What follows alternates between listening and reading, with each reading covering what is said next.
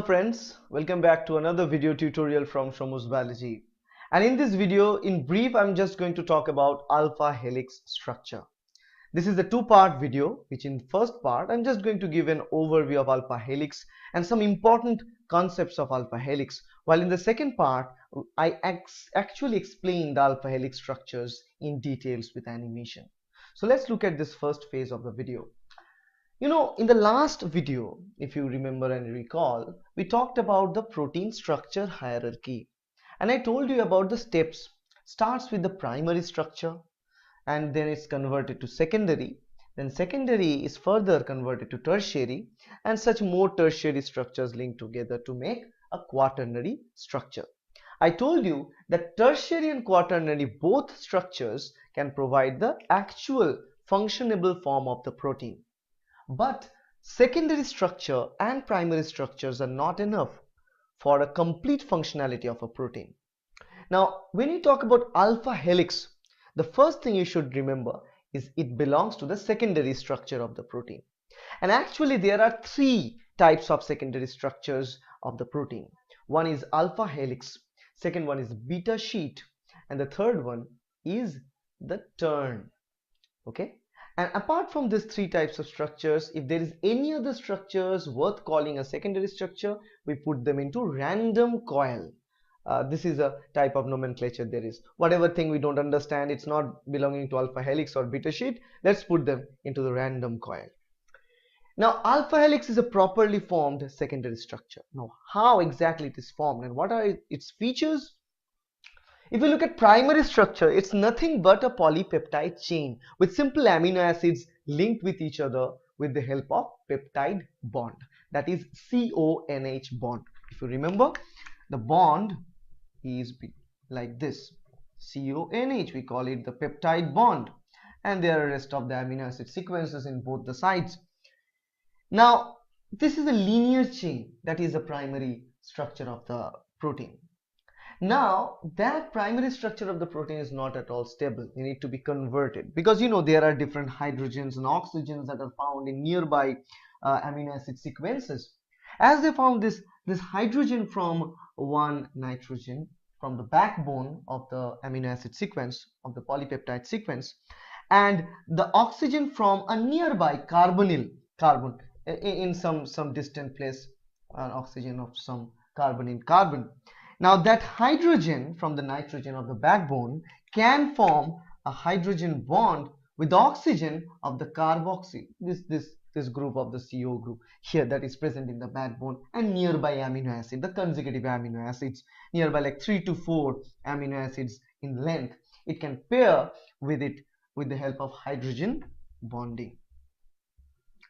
This hydrogen bonding in between the oxygen and the hydrogen from the backbone of polypeptide chain itself converts the linear structure of amino acids or linear structures of polypeptide into a helix, and that helix is right-handed, the right-handed coiling. Simply, if you look at, this is the axis, my thumb, and the rest of the amino acids and polypeptide chain will coil like this. This will be the rotation. That's the right-handed helix rotation that will be formed. So whatever secondary structures are there, that is namely alpha helix and beta sheet, they are formed based on the hydrogen bonding.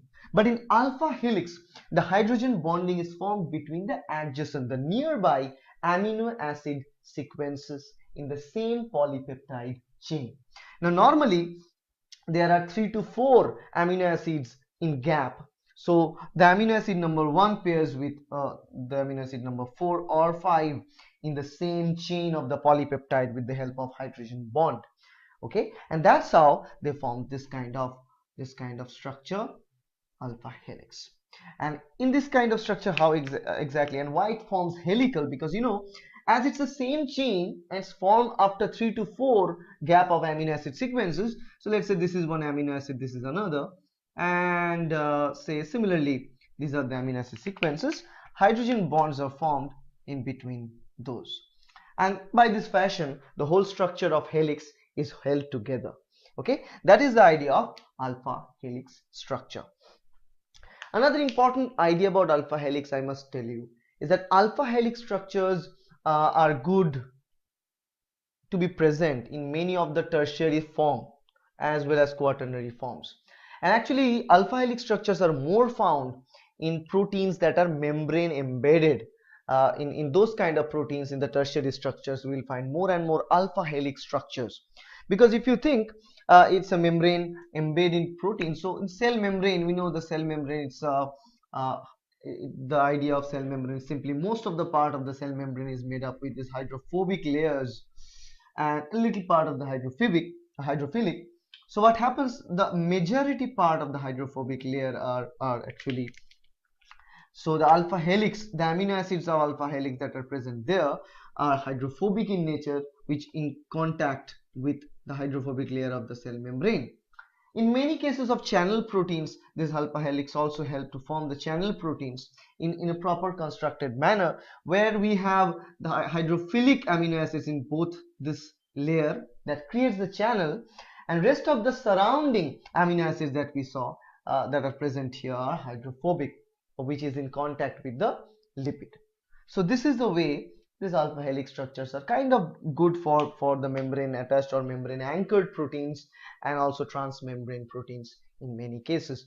Although alpha helix structures are found extensively in both the types of proteins, globular proteins and fibrous proteins. Okay, and especially in fibrous proteins, you will see the contents in many cases. Another thing I must say before showing you the animation is that there are different amino acids that are destined to form alpha helices. Okay, it's not actually true for alpha helix, it's also true for beta sheets or any other protein secondary structure.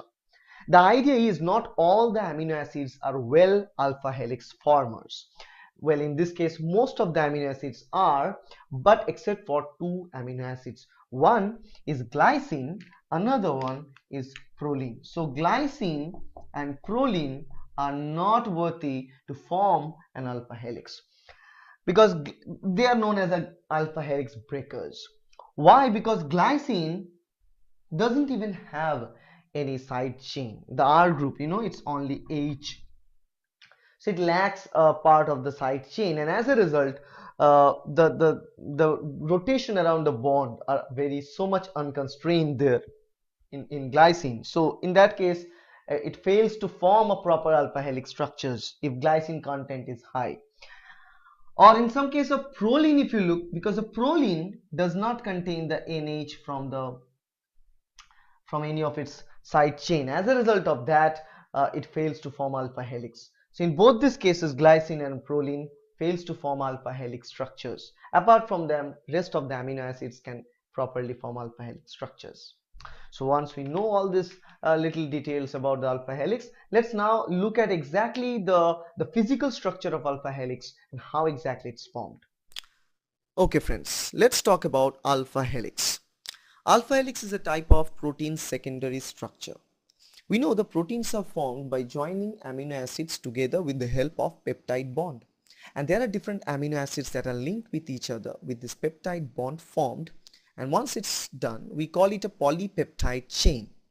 Now that polypeptide chain is known as a primary structure of the protein. Now those polypeptide chain and the amino acids present there, they have the R groups of different nature.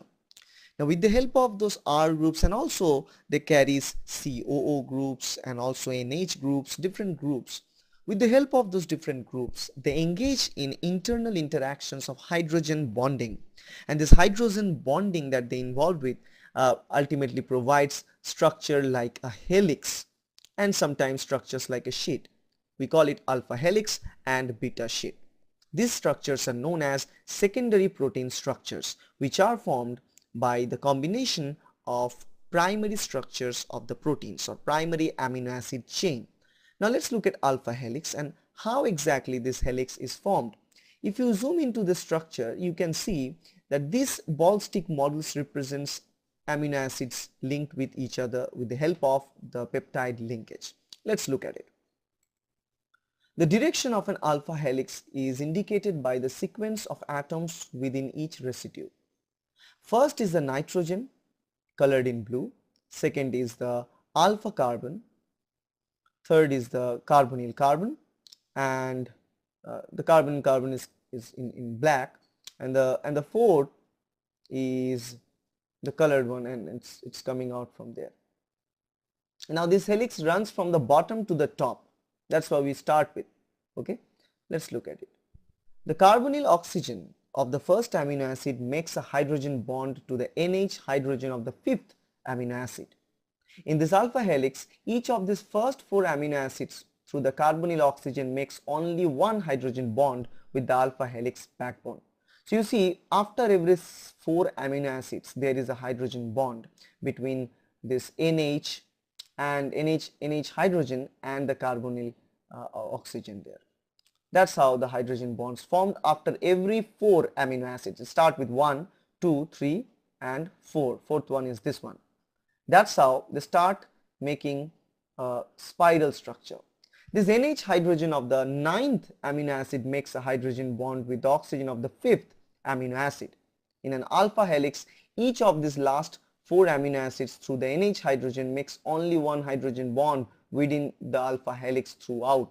So by this fashion, if you keep on making bonds between every four amino acids in gap, like 5 with 9, 1 with 4, and by this fashion they make a structure like helix.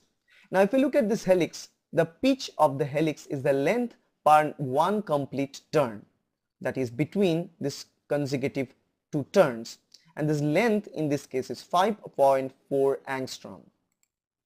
In an alpha helix, 18 residues will make 5 complete turns, or about 3.6 residues should be present per single turn, that we can easily calculate with.